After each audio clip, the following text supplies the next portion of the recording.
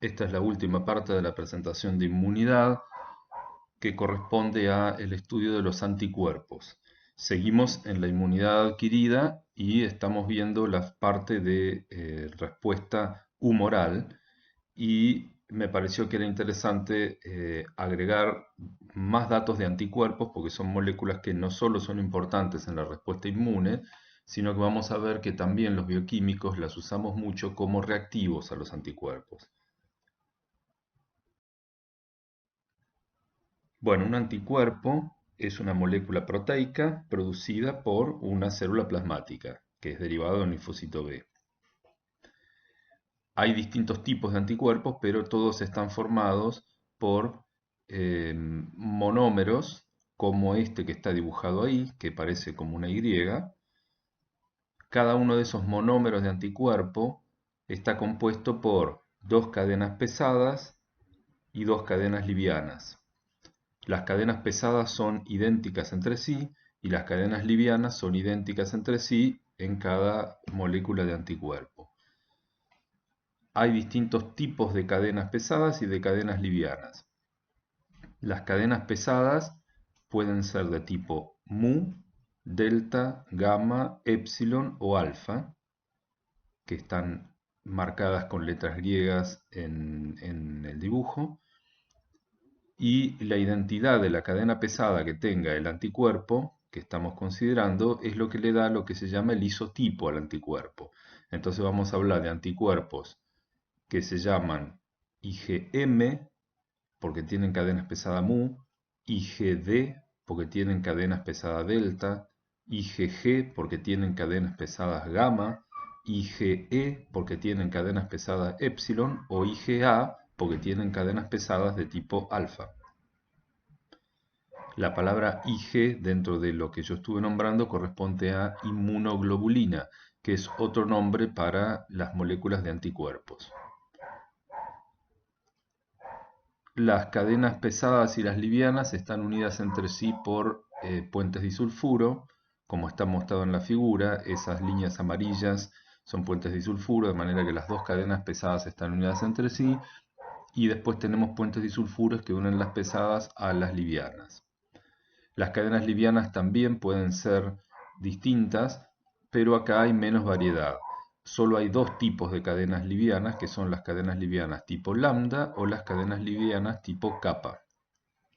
Igualmente, el isotipo, o sea, el nombre del anticuerpo, se lo da la identidad de la cadena pesada, no de la cadena liviana. Hay un poco más de nomenclatura referida a la molécula del anticuerpo. Si se fijan, el tallo, por decirlo así, de esa Y, corresponde a lo que se llama la región Fc del anticuerpo, que Fc quiere decir fragmento cristalizable, que proviene de técnicas que se usaban antes para determinar anticuerpos.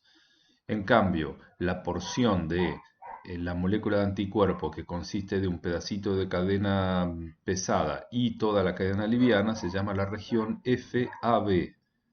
AB viene de antibody, es el término inglés para anticuerpo, pero ya eso no se usa en su nombre entero y todo el mundo le dice la región FAB. La otra característica que tienen estas moléculas es que la región FC es la que le permite al anticuerpo interactuar con receptores en las células del sistema inmunitario. Después vamos a hablar un poco más de eso. En cambio, en la región FAB, en el extremo de la región FAB, en las dos puntas de esa Y, están los sitios de unión al antígeno para el anticuerpo. Están marcados en la figura. Quiere decir que cada uno de estos monómeros de anticuerpo tiene dos sitios de unión a antígeno que son idénticos. En esta se ve de nuevo la estructura de una molécula de anticuerpo con las cadenas pesadas y las cadenas livianas. Se ve un poco más de detalle estructural de cómo están organizados los puentes disulfuro, pero eso no es algo que nos vaya a preocupar. Lo que sí agrega esta diapositiva es primero que los anticuerpos son proteínas glicadas, o sea que tienen restos de carbohidratos, como muchas de las proteínas grandes. Y lo otro que les muestra esta es con unas letras C y B, es que las secuencias de aminoácidos de las cadenas pesadas y de las cadenas livianas pueden ser constantes o variables. Vamos a explicarlo de otra manera. Las cadenas pesadas tienen, fíjense, tres segmentos que se llaman C, que son constantes, y un segmento B corta que es variable. En cambio, las cadenas livianas tienen un segmento C que es constante y un segmento B corta que es variable. Lo de constante o variable hace referencia a la secuencia de aminoácidos que forman esos péptidos. O sea, los que se llaman regiones constantes siempre tienen la misma secuencia de aminoácidos. Por ejemplo, las cadenas livianas tipo alfa de una molécula de anticuerpo siempre tienen la misma región constante. Las cadenas livianas tipo lambda de algún anticuerpo determinado siempre tienen la misma secuencia en sus regiones constantes. En cambio, las regiones variables tienen una altísima variabilidad en lo que hace su secuencia de aminoácidos, con lo cual podrán darse cuenta que la forma en que se pliegan las regiones variables son únicas para cada anticuerpo. Eso es lo que genera la especificidad para reconocer un antígeno. Vamos a decirlo así, la región de unión al antígeno, que es la que está recuadrada en el dibujo y que consiste de los dos pedacitos de cadenas variables, una de la cadena pesada y otra de la cadena liviana, esas regiones se pliegan de una manera muy particular según el tipo de secuencia que tenga esa región variable y por lo tanto el bolsillo que se forma encaja únicamente un tipo de antígeno, no encaja ningún otro antígeno. Eso es lo que le da la especificidad a cada anticuerpo. En cambio, las regiones constantes le permiten ser reconocidas por ejemplo, células del sistema inmunitario. Entonces, de las regiones constantes de la fracción Fc, la parte inferior de la fracción Fc, que era el tallo de la Y, son las que le permiten al anticuerpo interactuar con receptores. Si los receptores del sistema inmunitario, de las células del sistema inmunitario que reconoce esos anticuerpos, son siempre iguales, entonces, bueno, y porque las reacciones Fc tienen que tener siempre la misma secuencia. No puedo tener variabilidad en la zona de la molécula de anticuerpo que va a interactuar con receptores en las células del sistema inmunitario, porque si no tendría que tener millones de receptores distintos. En esta se ve con un poco de más detalle la estructura del anticuerpo usando modelos más de bochitas como para los aminoácidos, de manera de tener una idea un poco más certera de cómo es la estructura tridimensional del anticuerpo, pero no agrega ninguna información a las diapositivas anteriores. Es simplemente otra forma de verla. La gran variabilidad de esas regiones variables, tanto de las cadenas livianas como de las cadenas pesadas, se debe a un fenómeno que ocurre durante la ontogénesis, durante la aparición de cada uno de los clones de linfocitos. El otro día dijimos que todos los linfocitos provenían de una célula madre hematopoyética común en la médula ósea.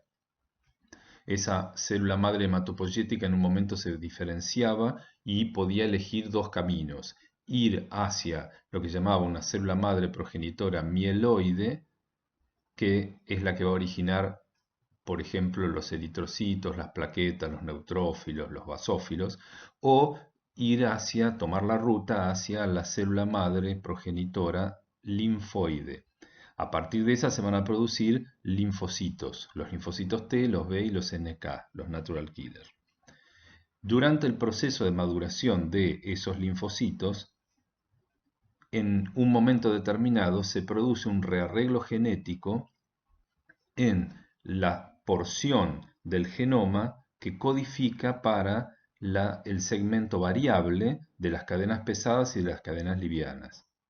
Entonces, como esos rearreglos se dan al azar, en realidad se cortan y se empalman los genes, y ese corte y ese empalme es al azar en cada célula que está madurando.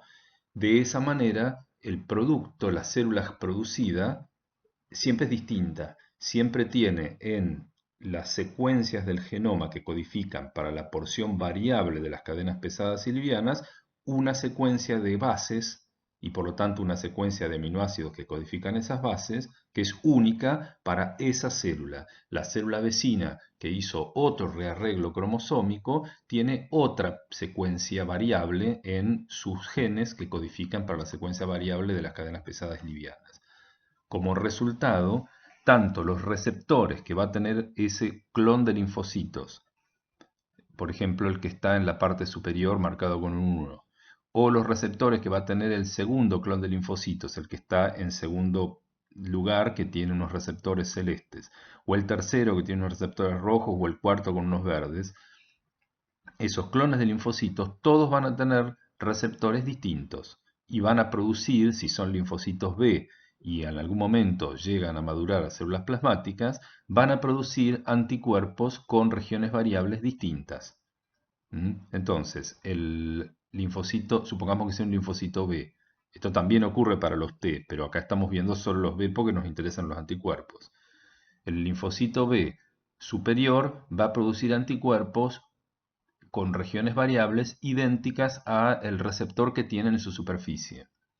El segundo clon de linfocitos va a producir, si llega a ser célula plasmática, anticuerpos con regiones variables idénticas a las del receptor de su superficie, pero distintas al del receptor del otro clon de linfocitos. De esa manera logramos tener millones y millones de tipos de receptores, en realidad de puntas de receptores, porque las regiones variables quedan en el extremo libre del receptor. Entonces, millones y millones de receptores distintos para todos los linfocitos B que hay circulando por el organismo, y cada uno de esos clones de linfocitos B va a producir anticuerpos distintos, con la misma especificidad que el receptor que ellos tienen. Dijimos que esto se produce durante la vida fetal, puede continuar un poco en la vida adulta, pero la mayoría de estos rearreglos ocurren durante el desarrollo fetal y que son procesos independientes de la presencia de antígeno. Entonces recuerden lo que dijimos, son reordenamientos cromosómicos que ocurren al azar. Lo que pasa es que hay, primero, mucha variabilidad en las secuencias básicas de esas porciones del genoma, y además esos cortes y empalmes que generan el rearreglo son al azar. Entonces tenemos una enormísima variedad de tipos de regiones variables que se pueden llegar a producir.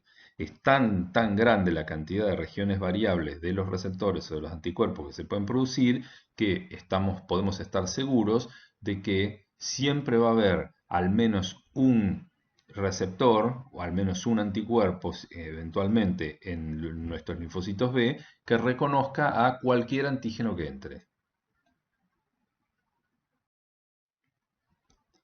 Bien, cuando arrancamos yo les dije que todos los anticuerpos estaban formados por monómeros de esa estructura en forma de Y que tenía dos cadenas pesadas y dos cadenas livianas. Y además dijimos que la identidad de las cadenas pesadas, que podían ser alfa, delta, epsilon, gamma o mu, la identidad de las cadenas pesadas le daba lo que se llamaba el isotipo al anticuerpo, que en esencia es el nombre que tiene. Entonces, aquellos anticuerpos que tengan cadenas pesadas tipo alfa se van a llamar inmunoglobulinas. Recuerden que inmunoglobulina es otra palabra para decir anticuerpo. Entonces, las inmunoglobulinas que tengan cadena pesada alfa se van a llamar IgA, que están arriba a la izquierda del dibujo. Las inmunoglobulinas que tengan cadena pesada delta se van a llamar IgD. Bueno, y así con las demás. IgE con epsilon, IgG con gamma, IgM con mu. Pero si se fijan, no todos los isotipos de anticuerpos son monómeros. Los monómeros son las IgD, las IgG y las IgE, que están graficadas ahí en el dibujo. En cambio, los anticuerpos del isotipo IgA en realidad son dímeros, que si se fijan, cada molécula de IgA está formada por dos de esos monómeros, con la estructura que ya vimos, que están unidos entre sí a través de una cadena extra que no está en los otros anticuerpos, que se llama cadena J, que simplemente sirve de unión entre las dos porciones distales de las regiones FC. Entonces tenemos la IgA La molécula de IgA en realidad es un dímero. Por lo tanto, la molécula de IgA, cada molécula tiene 4 sitios de unión al antígeno, contra 2 sitios de unión al antígeno que tiene una IgG, por ejemplo. Y los anticuerpos el isotipo de anticuerpos de moléculas más grandes que hay son las IgMs, que son las que están abajo a la derecha en el dibujo, que están formadas por 5 unidades de esos monómeros unidas entre sí por esa cadena que está diagramada ahí como cadena J, que es distinta a la de la IgA, obviamente. Entonces, esas moléculas, cada molécula de IgM es un pentámero y tiene 10 sitios de unión al antígeno. La estructura del monómero es en todos similar. Lo que cambia es la forma en que se ensamblan. Por eso es que las moléculas de anticuerpo son de distinto tamaño. Las más pequeñas son las IgG y las IgD. En cambio, las más grandes son las IgM. Si lo vemos en peso molecular, las IgM son las más pesadas, las IgG son las más livianas. Después vamos a ver que la diferente forma les da distintas características a los anticuerpos. Acá hay una tabla que compara los distintos isotipos de anticuerpos, las IgM, las IgD, las IgG, las IgA y las IgE, en función de, primero, el tipo de cadena pesada que tiene. Eso ya es lo que es debido al nombre, ¿ven? La IgM tiene mu, la IgD tiene delta y así. ¿Qué tipo de cadenas livianas tienen? Bueno, es variable porque una IgM, una molécula de IgM, por ejemplo, siempre tiene cadenas pesadas mu, pero cadenas livianas pueden ser o kappa o lambda. Entonces puede haber dos moléculas de IgM distintas, una con cadenas livianas lambda y otra con cadenas livianas kappa, pero lo que le da el nombre, lo que da el isotipo, es la pesada. Bueno, lo mismo con las demás, ven que pueden ser IgG lambda o IgG kappa, por ejemplo. El número de unidades de monómeros de anticuerpo que forman cada molécula es lo que, lo que veíamos en la diapositiva anterior. Las IgM son pentámeros, las IgD, las IgG y las IgE son monómeros y las IgA son dímeros en algún momento de su vida, digámosle, pero pueden llegar a cortarse y separarse esas dos monómeros y cada molécula está formada por un solo monómero. Pero en general vamos a considerarlas como dímeros. Lo otro que tendríamos que saber de los anticuerpos antes de seguir con la tabla es que cada isotipo de anticuerpo está asociado a una función característica. Entonces vayamos a la lista que está abajo del todo, la que escribí yo. Esas son las mínimas características que ustedes tienen que recordar de los isotipos de anticuerpos. Por ahora parece algo difícil de recordar, pero van a ver que con la marcha se van a acostumbrar y les va a resultar después natural. Bien, las IgM, que recuerden que eran los pentámeros los más grandes, son los anticuerpos típicos de la respuesta inmune primaria. Recuerden que la respuesta inmune primaria es la que se genera frente a la primera exposición a un antígeno determinado, la primera vez que el sistema inmuno ve a ese antígeno. Las IgGs son los anticuerpos típicos de la respuesta inmune secundaria, o sea, de la respuesta inmune que se genera la segunda o la tercera o la cuarta o la quinta vez que se ve a un antígeno determinado. Era la que dependía de la presencia de células de memoria. Entonces, la primera vez que entra un antígeno al cuerpo, el sistema inmune empieza sintetizando IgMs. La segunda vez que entra el antígeno al cuerpo, preferentemente sintetiza IgGs contra ese antígeno, el sistema inmune. De esta vamos a verlo en otra diapositiva. Las IgA, que eran los dímeros, son anticuerpos típicos de secreciones y también están muy presentes en las mucosas, por ejemplo, en la mucosa del tubo digestivo, de las vías aéreas. Y por secreciones podemos entender todas las secreciones producidas por esas mucosas, pero también, por ejemplo, la saliva, las lágrimas. Entonces son los anticuerpos típicos de las secreciones, las IgA. Las IgE son anticuerpos que suben mucho en la sangre cuando hay respuestas alérgicas. Son anticuerpos relacionados con respuestas alérgicas. De esto vamos a hablar un poco más cuando veamos alteraciones del sistema inmunitario, que es lo que vamos a ver en la clase del jueves con Gustavo. Y las IgD están en muchísima menos cantidad en el plasma que los otros, ahora voy a volver a la concentración plasmática, y principalmente la función que tienen es ser los receptores de antígeno de los linfocitos B. O sea, esos receptores que estaban en la superficie de los linfocitos B que le permitían reconocer antígenos son del tipo IgD. También podemos mirar ahora en la tabla la 1, 2, 3, la cuarta fila, que dice porcentaje de las inmunoglobulinas totales en sangre. Recuerden que ustedes como bioquímicos pueden determinar inmunoglobulinas en fluidos. Lo más común es que se determinen en sangre, en realidad en plasma. Entonces, si ustedes sacan sangre de un paciente y después determinan cantidad de anticuerpos, de esa cantidad total de anticuerpos que hay en la sangre del paciente, fíjense, el 10% aproximadamente son IgMs, el 75% son IgGs, que sería la tercera columna. O sea que entre IgMs e IgGs tienen el 85% más o menos de los anticuerpos que tiene ese individuo en sangre. En cambio, solo el 15% en promedio son IgAs en plasma. Ojo, porque recuerden que la IgA corresponde a anticuerpos que están mucho más concentrados en secreciones y en mucosas, pero también están en el plasma. Y del total de anticuerpos de la sangre de ese paciente, menos del 1% son IgDs y menos del 1% son IgEs. Esto puede cambiar, obviamente, si el paciente tiene alguna patología.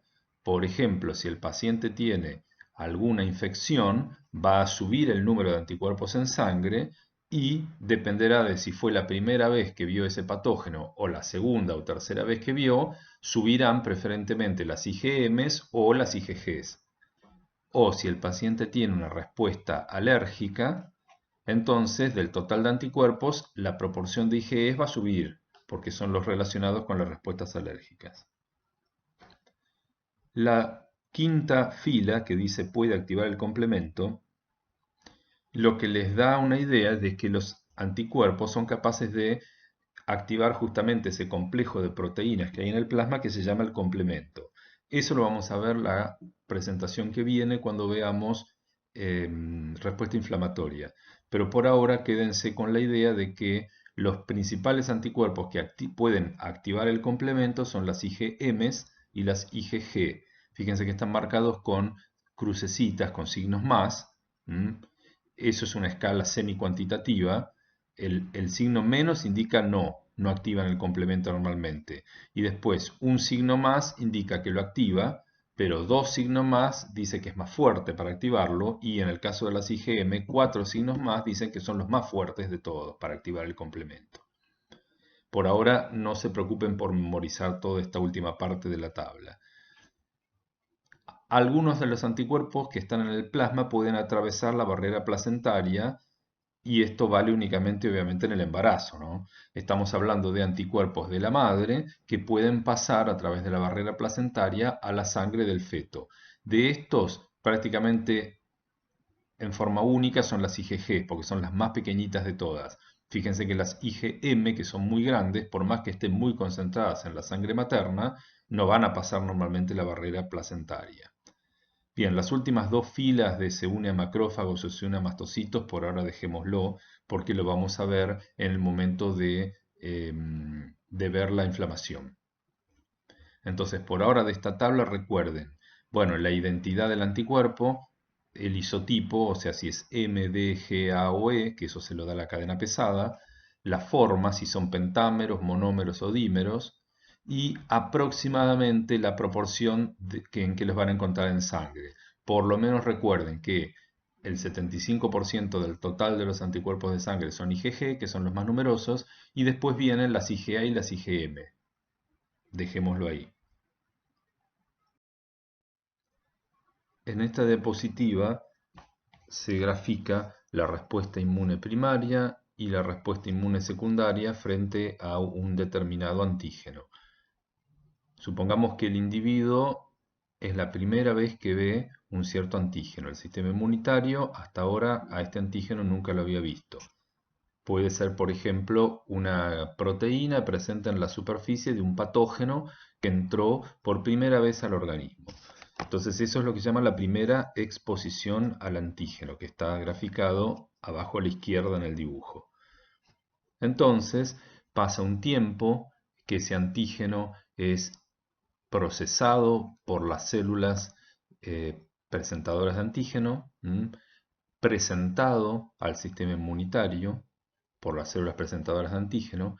En algún momento determinado esa célula presentadora logra conectar con algún clon de linfocito B, por ejemplo, que reconozca a ese antígeno, o el propio linfocito B fagocitó al patógeno y presenta el antígeno y está buscando un linfocito T que lo reconozca. En resumen, ocurre el proceso de presentación y reconocimiento del antígeno por parte del sistema inmunitario y llegado un cierto tiempo, que vimos que más o menos puede tomar 6-7 días, se selecciona un clon de linfocitos B que tiene en su membrana, que siempre tuvo en su membrana receptores que son capaces de reconocer un epitope de ese antígeno puntual.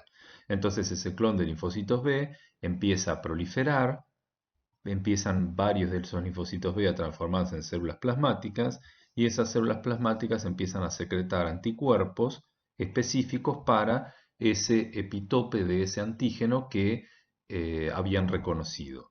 Entonces, en el individuo, en sangre, empieza a subir la concentración de esos anticuerpos secretados por las células plasmáticas. Porque recuerden que cuando el clon de linfocitos se selecciona, después se expande. Se expande quiere decir que los linfocitos se dividen y entonces tenemos de 3 o 4 linfocitos B con ese receptor que había al principio, miles de linfocitos B se generan. Y esas células plasmáticas producen anticuerpos. Entonces la concentración de ese anticuerpo puntual en sangre empieza a subir enormemente. El primer isotipo de anticuerpos que se produce por esos linfocitos es una IgM, o sea, anticuerpos que son pentámeros con cadenas livianas mu. Entonces les muestra ahí en la línea violeta que a lo largo del tiempo, después de que se ha producido el reconocimiento del antígeno, empieza a subir en sangre la concentración de IgM totales, pero a expensas de quién, y a expensas de estas IgM contra este antígeno. Pasado unos días, ocurre en esas células plasmáticas lo que se llama un switch de isotipo, o un cambio de isotipo, o un cambio de clase. Mediante un proceso que no vamos a ver porque es complejo, ese clon de linfocitos que se transformó en células plasmáticas que estaban produciendo anticuerpos tipo IgM, dejan de producir anticuerpos IgM y empiezan a producir anticuerpos de tipo IgG. Ahora con cadenas livianas, perdón, cadenas pesadas gamma. Ahora, la región variable de ese anticuerpo, o sea, la que reconocía ese antígeno, sigue siendo igual. Lo único que cambia es el isotipo de la cadena, el tipo de cadena pesada. De forma que cambia el nombre del anticuerpo, pero siguen siendo anticuerpos que reconocen a ese antígeno en particular. Entonces, por eso es que al cabo de unos días empiezan a bajar la concentración de IgMs en sangre y empiezan a subir la concentración de IgGs en sangre. Pero recuerden que esas IgGs siguen teniendo la misma especificidad para ese antígeno que tenían las IgM originales. Lo único que cambió es que ahora son anticuerpos monómeros. Son más pequeños pero tienen la misma sensibilidad. Pasados unos días, que el individuo logra resolver esa infección, logra eliminar ese agente patógeno, entonces esas células plasmáticas que estaban produciendo anticuerpos mueren y esa concentración de anticuerpos en sangre que había subido empieza a caer. Y además conservamos algunas células de memoria para ese patógeno. Bien, y llegamos al final de la respuesta primaria. De ahí en más pueden pasar días, meses, semanas, años, según cuánto sea el tiempo que le tome al individuo volver a tener contacto con ese antígeno. Entonces supongamos que el individuo después de 2 o 3 años se vuelve a infectar con ese patógeno que había visto por primera vez hacía 2 años, y entonces ahora cuando el antígeno de ese patógeno es presentado, perdón, aparece, no es presentado, aparece en el organismo, que es la segunda exposición al mismo antígeno, son las células de memoria, que ya están listas, las que lo reconocen. Esas células de memoria ya hicieron el cambio de isotipo. Entonces, cuando se vuelven a sintetizar anticuerpos en la respuesta secundaria, prácticamente todo lo que se sintetiza son IgGs. Entonces, si se fijan ahora, desde el inicio de la respuesta secundaria, sube muchísimo y de manera muy rápida la concentración de IgGs en sangre. Hay todavía algunos que no hicieron el cambio de isotipo y están sintetizando IgMs, pero prácticamente todo el anticuerpo sintetizado en la respuesta inmune secundaria es del isotipo IgG. Por eso es que decimos que las IgMs son los anticuerpos típicos de las respuestas primarias, aunque en realidad en el final de la respuesta primaria empieza a haber IgGs, y las IgG son los anticuerpos típicos de la respuesta inmune secundaria. Fíjense las dos características distintas que tienen esas respuestas, además del tipo de anticuerpos. La respuesta primaria le toma al organismo unos días empezar a subir la concentración de anticuerpos en sangre. Ese es todo el tiempo que le toma al sistema inmunitario presentar el antígeno, seleccionar el clon de linfocitos que lo reconozca, expandir ese clon de linfocitos y empezar a sintetizar anticuerpos. En cambio, en la respuesta secundaria, las células de memoria ya están listas, no requiere presentación el antígeno. Por eso la respuesta de la subida de anticuerpos es muy rápida. Y a su vez, la cantidad de anticuerpos que se producen es mucho mayor. Por eso es que, si el individuo conservó la inmunidad para ese patógeno, la próxima vez que lo ve, la respuesta del sistema inmunitario es tan rápida y de tan eficiencia que el patógeno no alcanza a producir la enfermedad. Por eso es que uno dice que una vez que se enfermó de una cosa, de una cierta enfermedad, por ejemplo, de un virus que después le da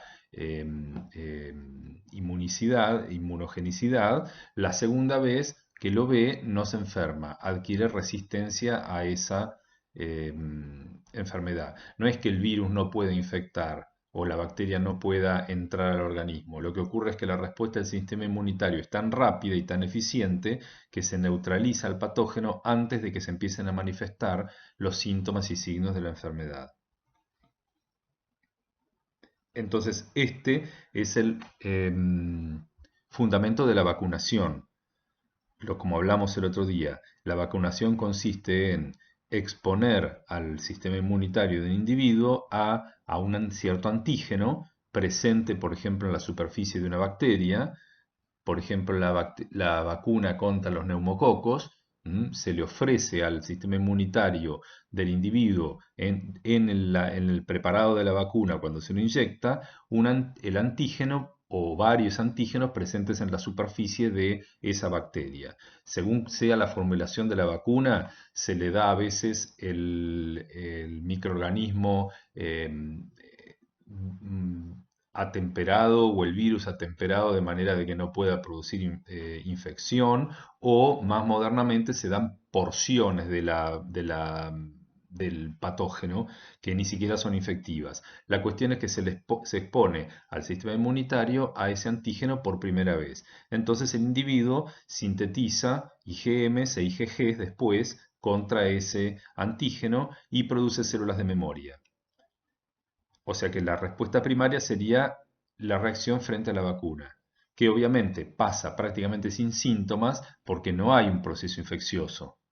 Únicamente hay una exposición al antígeno y el sistema inmunitario lo ve, pero todo el resto de la sintomatología de la enfermedad no está presente porque el microorganismo no existe y no hay infección, no hay inflamación. En cambio, cuando el patógeno contra el que el individuo fue vacunado realmente entra al organismo, ya no se va a encontrar con un sistema inmunitario que lo ignora, se va a encontrar con células de memoria que ya están preparadas porque alguna vez vieron algunos de sus antígenos.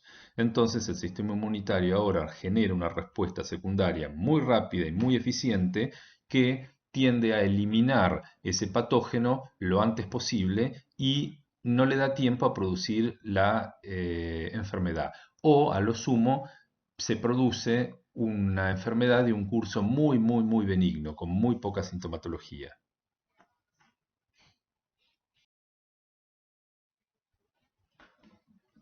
Esta les muestra en forma gráfica lo que decíamos hoy, que las IgAs son anticuerpos típicos de las secreciones. Aquí está dibujado una porción del epitelio de una mucosa que podría ser la mucosa de vías aéreas o del tubo digestivo. Ojo que las células epiteliales están dibujadas de forma genérica, no corresponden a ninguna puntual, ¿no? Entonces, supongamos que sea tejido mucoso de vías aéreas o del tubo digestivo. Acuérdense que en esos lugares había folículos linfoides, o sea, hay tejido linfoide asociado a bronquios o tejido linfoide asociado al tubo digestivo. Y hay células presentadoras, que principalmente eran células dendríticas o esas células M que hay en la mucosa. Esas no las mencionamos para no agregar tanta cantidad de jugadores al asunto, pero también son células presentadoras. Entonces, cuando el antígeno entra al epitelio, de alguna manera es presentado, migra esa célula presentadora al folículo linfoide organizado cercano, o puede migrar a algún ganglio linfático que no está dibujado en el esquema, pero también podría estar.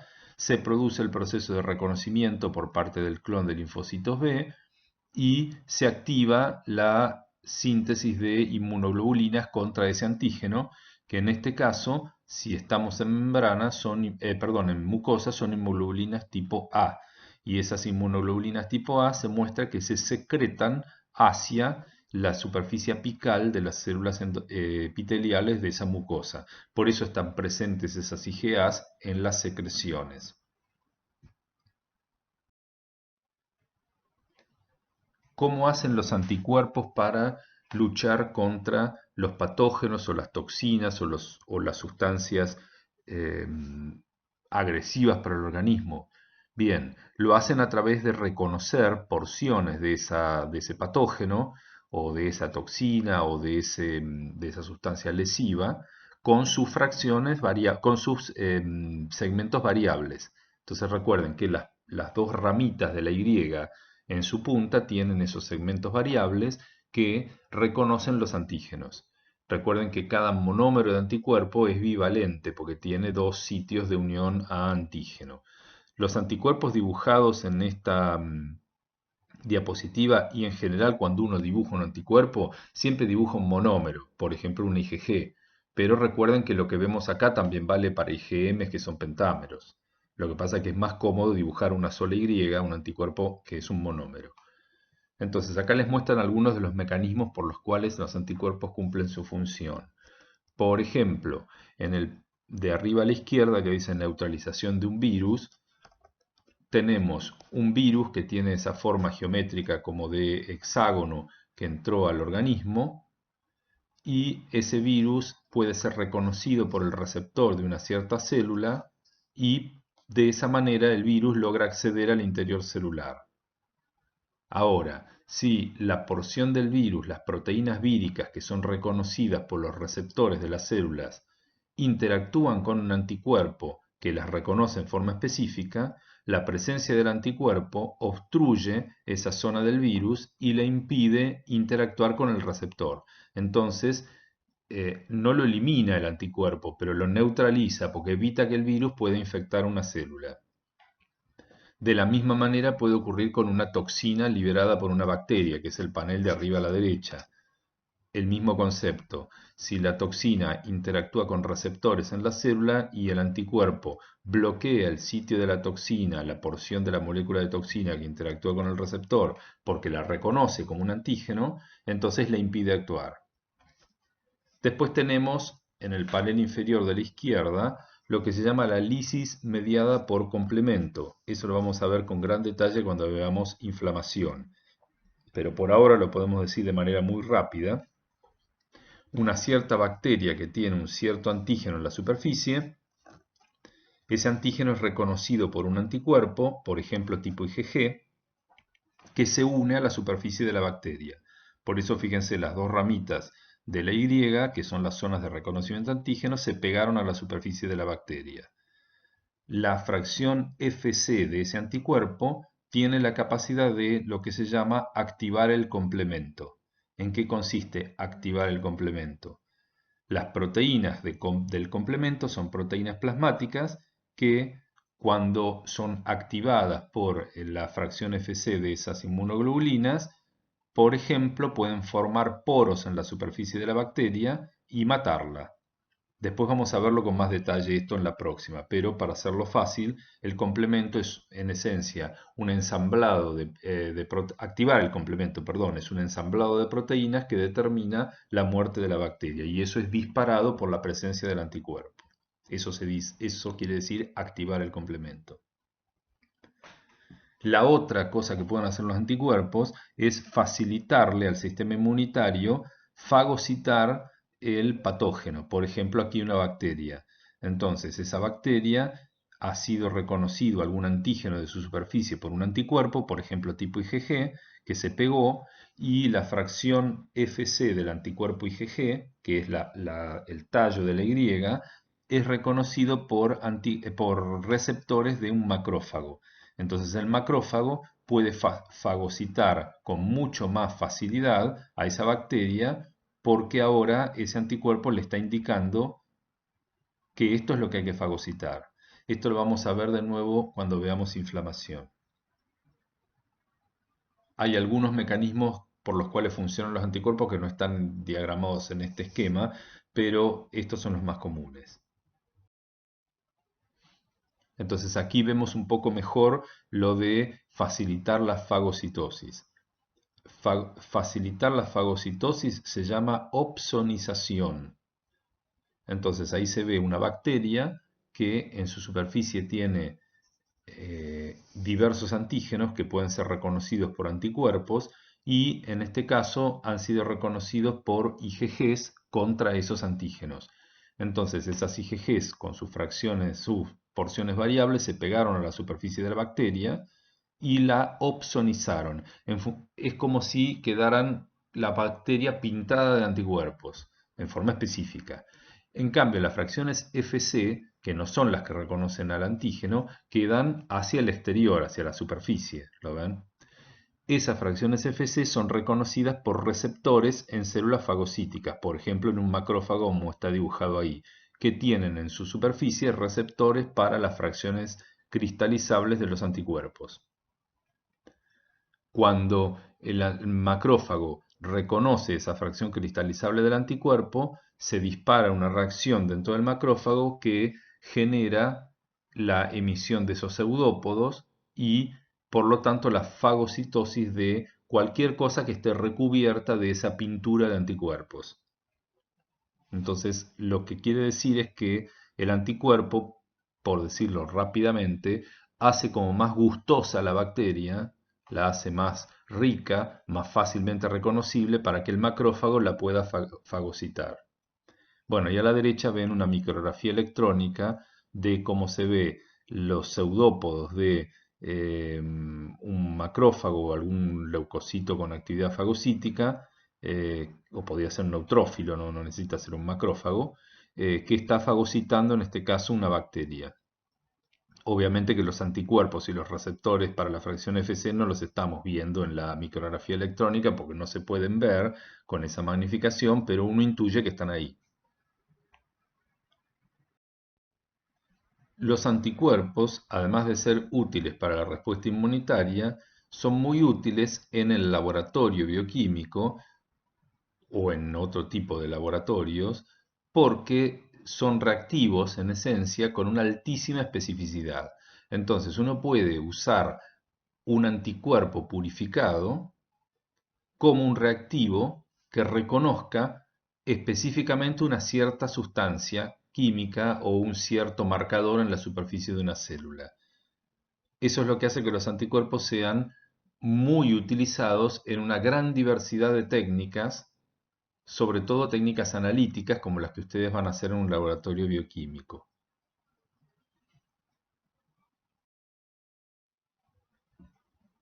Hay un montón de técnicas inmunológicas o inmunométricas que usan anticuerpos. Aquí hay una pequeña tabla con algunos nombres y una mínima explicación de cada una, pero todo esto lo van a ver con mucho más detalle a medida que vayan transcurriendo en su carrera.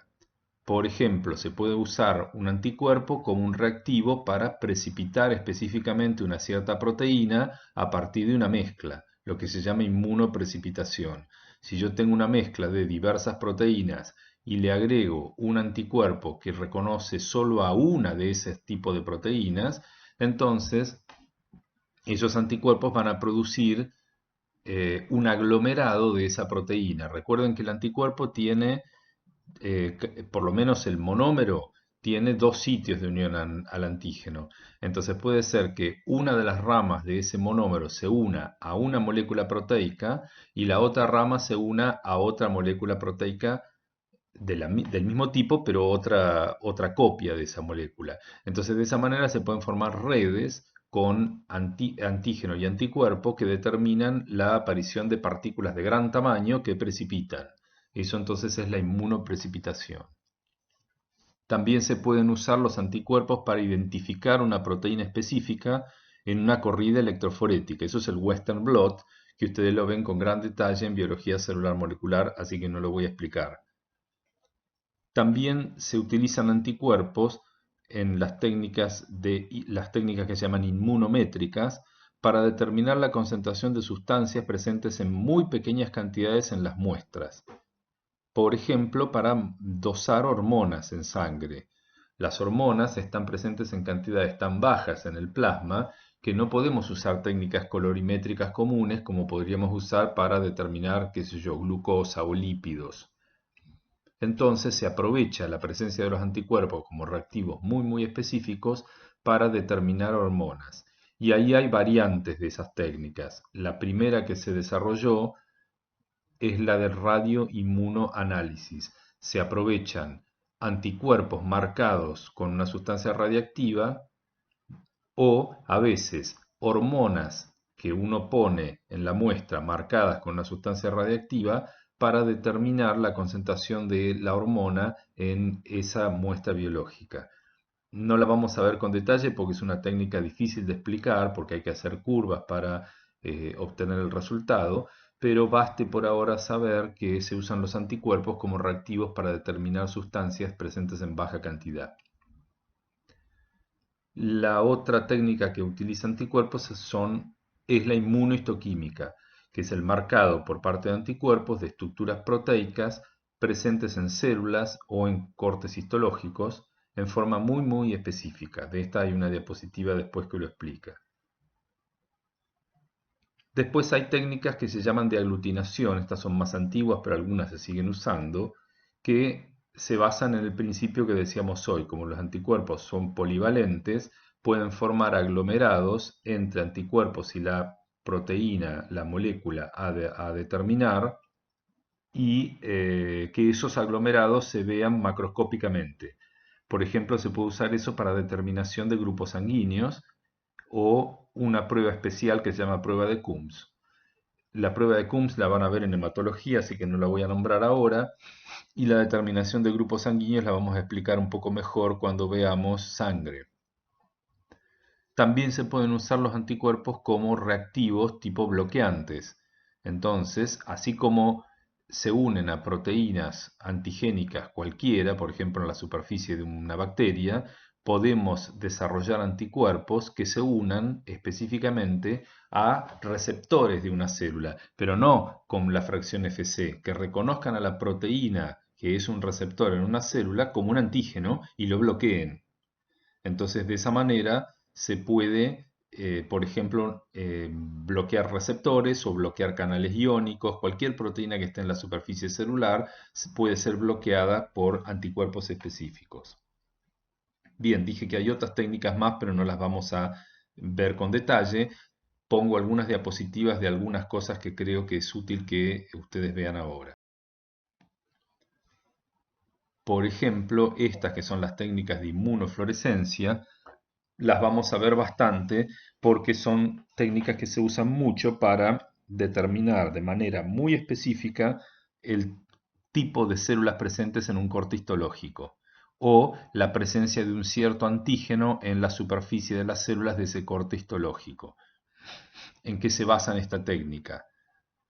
Fíjense, en el dibujo hay una superficie horizontal que tiene un antígeno, eso podría ser la superficie de una célula con el antígeno presente, y un anticuerpo que reconoce en forma muy específica ese antígeno. Ese anticuerpo tiene en su fracción Fc pegada a una sustancia que es fluorescente. Entonces, cuando el anticuerpo reconoce el antígeno y se pega, lo marca en forma fluorescente. Cuando iluminamos el corte histológico o la superficie con luz ultravioleta, la zona donde el anticuerpo está pegado fluorece, se la ve con color y de esa manera lo marcamos eh, visualmente al antígeno. Entonces, si tenemos un corte histológico con muchas células distintas y solo algunas de esas células tienen ese antígeno en la superficie, con esta técnica podemos demostrar en qué lugar están esas células, porque la zona presente, la zona que tenga marcación fluorescente va a ser la que tenga esas células. Esa técnica se llama inmunofluorescencia directa. Después hay una variante que es mucho más sensible, que se llama la inmunofluorescencia indirecta, en la que se usa un anticuerpo que se llama anticuerpo primario que reconoce el antígeno, pero que no tiene ninguna marca. Si la técnica terminara ahí, no me sirve de nada porque yo eso no lo puedo ver. Pero después de pasado el primer anticuerpo, se agrega un segundo anticuerpo que se llama anticuerpo secundario, que ese es el que viene pegado a la sustancia fluorescente como en la técnica anterior. Pero este anticuerpo secundario, la característica que tiene es que reconoce la fracción Fc del anticuerpo primario. O sea, su antígeno es el anticuerpo primario. Entonces solo se pega al sitio donde se unió previamente el anticuerpo primario. Y ahora, cuando iluminamos con luz fluorescente, lo que florece es el anticuerpo secundario. Pero como florece en el mismo lugar donde está el primario, porque está pegado al primario, está efectivamente marcando la presencia del antígeno. ¿Qué diferencia tiene esta, además de la técnica, qué ventaja, digamos, tiene esta con respecto a la primera? Porque en esencia estamos marcando lo mismo, la presencia del antígeno. Bueno, la segunda, la de inmunofluorescencia indirecta, generalmente da una imagen mucho más fuerte, más brillante, porque la cantidad de anticuerpo secundario es mucho mayor que la de primario. Fíjense que en la molécula que está dibujada en el esquemita abajo a la derecha, hay un anticuerpo primario pegado al antígeno, pero ese anticuerpo primario tiene dos anticuerpos secundarios pegados a su fracción Fc. Entonces, por decirlo rápidamente, la fluorescencia es del doble de intensidad que si la sustancia fluorescente estuviera pegada al anticuerpo primario. O sea, es una imagen más brillante, más fuerte, y por lo tanto la técnica tiene más sensibilidad. La otra es una cuestión económica. Si yo tengo que determinar, por ejemplo, 10 antígenos distintos, por técnica de inmunofluorescencia directa, me voy a tener que comprar 10 anticuerpos distintos, uno para cada antígeno. Eso es cada anticuerpo pegado a sustancia fluorescente, cada kit de anticuerpo pegado a sustancia fluorescente, es algo que yo tengo que comprar y son caros esos reactivos. En cambio, si para los 10 antígenos yo compro 10 anticuerpos primarios, como en la técnica de abajo, sin sustancia fluorescente, esos anticuerpos primarios son relativamente más baratos porque no tienen pegadas la sustancia fluorescente, porque el método para sintetizarlos es más simple. Entonces los anticuerpos primarios sin sustancia fluorescente son más baratos que los anticuerpos que tienen la sustancia fluorescente. Pero sí, necesito comprar un anticuerpo secundario con la sustancia fluorescente. Bueno, me dirán, estamos en lo mismo, tenemos que comprar el anticuerpo caro. La diferencia es que yo ahora solo compro un tipo de anticuerpo secundario. No tengo que comprar uno para cada antígeno, porque el anticuerpo secundario reconoce la fracción Fc del anticuerpo primario. Si los anticuerpos primarios todos tienen la misma fracción Fc, los 10 anticuerpos primarios que yo compré para los 10 antígenos, todos van a tener la misma fracción Fc, porque esa es constante. Entonces yo necesito solo un anticuerpo secundario para reconocer los 10 anticuerpos primarios. Entonces se me hace más barato el determinar muchas muestras. Acá tienen una imagen de microscopía óptica, pero ultravioleta, con luz UV, que les muestra qué precisión tienen las técnicas de marcación con inmunofluorescencia. Por ejemplo, en estas células, que calculo que son fibroblastos por el aspecto, pero no lo decía, están marcados con un anticuerpo que tiene una sustancia fluorescente de color azul en los núcleos. O sea que conseguí un anticuerpo que tiene especificidad por un antígeno que está solo presente en el núcleo de la célula.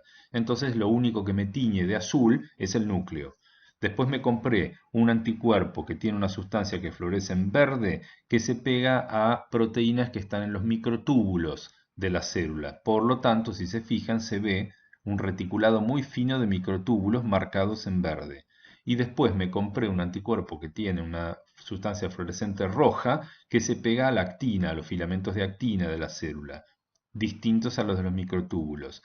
Entonces con esto yo puedo distinguir, por ejemplo, en qué lugar de la célula están los filamentos de actina, en qué lugar de la célula están los microtúbulos, y así. O, por ejemplo, si yo consigo anticuerpos contra proteínas de membrana, puedo determinar en qué lugar de la membrana está cierta proteína.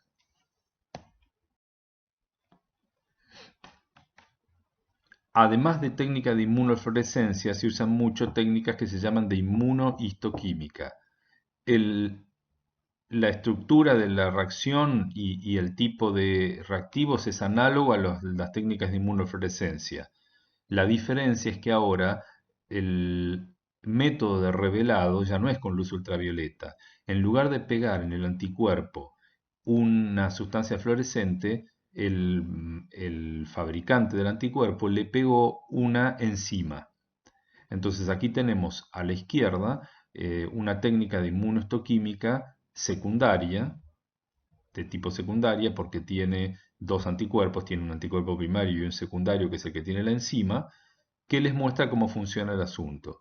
Esa enzima lo que hace es transforma un sustrato incoloro que se le agrega a la muestra en un producto coloreado. Entonces ese producto coloreado solo se va a producir en el sitio donde está el anticuerpo con la enzima pegada y por lo tanto va a precipitar en el corte histológico que yo marqué solo en el sitio donde está ese anticuerpo, que es el sitio donde está el antígeno. Entonces, a la derecha vemos dos cortes histológicos de páncreas, donde se ve en la parte central del corte dos islotes pancreáticos, uno al de la izquierda y otro a la derecha, rodeados de tejido exócrino del páncreas. Recuerden que los islotes pancreáticos estaban formados por distintos tipos de células, alfa, beta, delta, así. Las células alfa producen glucagón, las células beta producen insulina. Entonces, si yo me consigo un anticuerpo primario que marca las células alfa y le pongo un anticuerpo secundario con una enzima y después agrego el sustrato incoloro que se transforma en el producto coloreado, solo se van a pintar de ese color rojizo las células alfa. Entonces, y después se usa una coloración de fondo como hematoxilina eosina o azul de metileno, lo que sea. Entonces, en el corte del islote marcado con anticuerpo para células alfa, las células que están rojizas son las células alfa. En cambio, en el corte de la derecha se usó un anticuerpo para células beta. Entonces se marcaron de rojizo las células beta. De esta manera yo puedo, por ejemplo, saber en qué lugar están las células alfa, en qué lugar están las células beta del islote, que a lo mejor si yo las hubiera visto con hematoxilina y eosina no las puedo distinguir entre sí. O no solo en qué lugar, qué cantidad hay, si la cantidad que hay es normal, si la proporción de células beta con respecto a las alfa es normal, y de esa manera hacer un estudio correspondiente a el islote pancreático.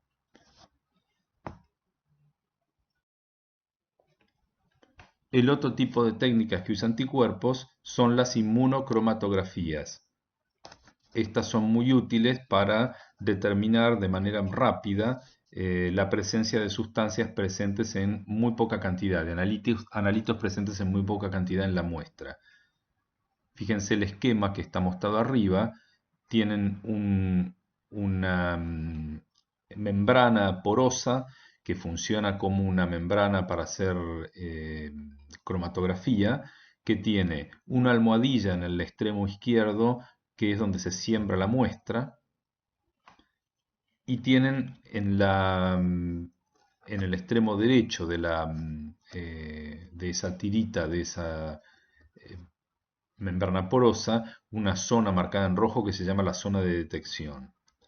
En la zona del el sitio de siembra de la muestra están los anticuerpos que van a reconocer al analito que yo quiero determinar, por ejemplo, una cierta hormona.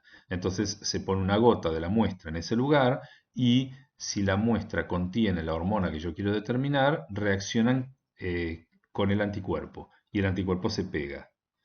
Después se hace la cromatografía, iba a decir electroforesis, se hace la cromatografía y el complejo antígeno-anticuerpo empieza a migrar, ¿m?, hasta que pasa por la zona de detección. La zona de detección tiene un anticuerpo que reconoce al anticuerpo original que estaba unido al conjugado, al analito. Entonces, aquellos anticuerpos que unieron al analito quedan pegados en esa zona de detección y el exceso de la muestra sigue de largo para adelante. Entonces, la idea es que en la zona de detección se concentra ese complejo analito conjugado y eso es lo que me permite visualizarlo, en general con alguna reacción de color. Este, por ejemplo, es la base de los test de embarazo rápidos que se usan usando muestras de orina. Se siembra una muestra de orina en una o dos gotas de orina en el lugar de siembra de la muestra y ahí lo que hay son anticuerpos que reconocen a la enzima, que es la gonadotrofina coriónica humana, que solo debería estar presente en la orina de la mujer si la mujer está embarazada. Si hay gonadotrofina coriónica, se forma el complejo del analito con el anticuerpo y ese cuando migra se pega a la zona de detección y se ve como positivo. Si no hay gonadotrofina coriónica, en la zona de detección, como no hay complejos antígeno-anticuerpo, no se pega nada y el resto del reactivo sigue de largo y la prueba da negativa. Esta es la última técnica con anticuerpos que vamos a ver como ejemplo, que es la técnica de ELISA. ELISA quiere decir ensayo inmunoabsorbente con una enzima pegada. Esa es la abreviatura en inglés que la tienen escrita abajo de la diapositiva. Hay diversas variantes de la técnica de ELISA. La que está dibujada acá es una de las más complejas, que se llama ELISA tipo sándwich. Se llama sándwich porque se usan dos anticuerpos que entre los dos anticuerpos queda atrapado el analito, como si fuera el jamón del sándwich. Entonces se usan cubetas de reacción que tienen lo que se llaman pozos o en la jerga del laboratorio wells, que tienen pegado en el fondo un anticuerpo que es el que se llama AB1, anticuerpo 1, que está fijado a la placa de reacción. Y se agregan en esos pocitos donde está pegado el anticuerpo la muestra que yo quiero determinar. El analito presente en esa muestra, por ejemplo una hormona o lo que sea, se pega al anticuerpo. Después se agrega un segundo anticuerpo arriba de la muestra que se puso, que se pega a la otra porción del analito que quedó libre. Y ese segundo anticuerpo es el que tiene pegada una enzima, que está dibujada en azul en el esquema superior. Entonces, después se agrega un sustrato que esa enzima transforma en un producto coloreado que se determina cuantitativamente. La cantidad de ese producto que se produce depende de la cantidad de enzima que hay en el pocito de reacción. Y la cantidad de enzima depende de la cantidad de analito, porque supongamos que hay 10 moléculas de analito, entonces se pegaron 10 moléculas del anticuerpo ligado a la enzima. Y tengo 10 copias de la enzima para producir producto. Si la concentración del analito es más baja, por ejemplo hay 2 moléculas de analito, entonces solo se pegaron 2 anticuerpos secundarios que tengan la enzima. Por lo tanto, solo va a haber 2 copias de enzima para producir el producto coloreado y la cantidad de ese producto coloreado va a ser más baja. De esa manera, haciendo una curva de estandarización previa, yo puedo, en función de la concentración del producto que mido, estimar cuál es la concentración del analito que había originalmente en la muestra. Esta es una foto de una placa de ELISA con una multitud de pocitos o wells, que es donde se agregan las muestras. El fondo de cada uno de esos pocitos está tapizado con el anticuerpo primario que pega al analito. En este caso, el analito, la sustancia que yo quiero determinar, es una inmunoglobulina tipo G humana. Ojo, porque IgG es un anticuerpo, pero acá esa IgG corresponde a la sustancia que yo quiero determinar, ¿eh? Es el analito que yo estoy agregando.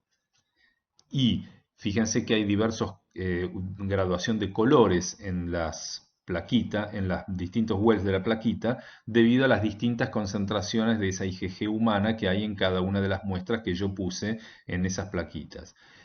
En esos wells. Esta placa después se pone en lo que se llama un lector que hace una reacción tipo colorimétrica con cada una de los wells, con cada uno de los pocitos, y me da una curva que me dice la concentración de analito en cada uno de esos pocitos. Bueno, con esta terminamos entonces la presentación del sistema inmunitario.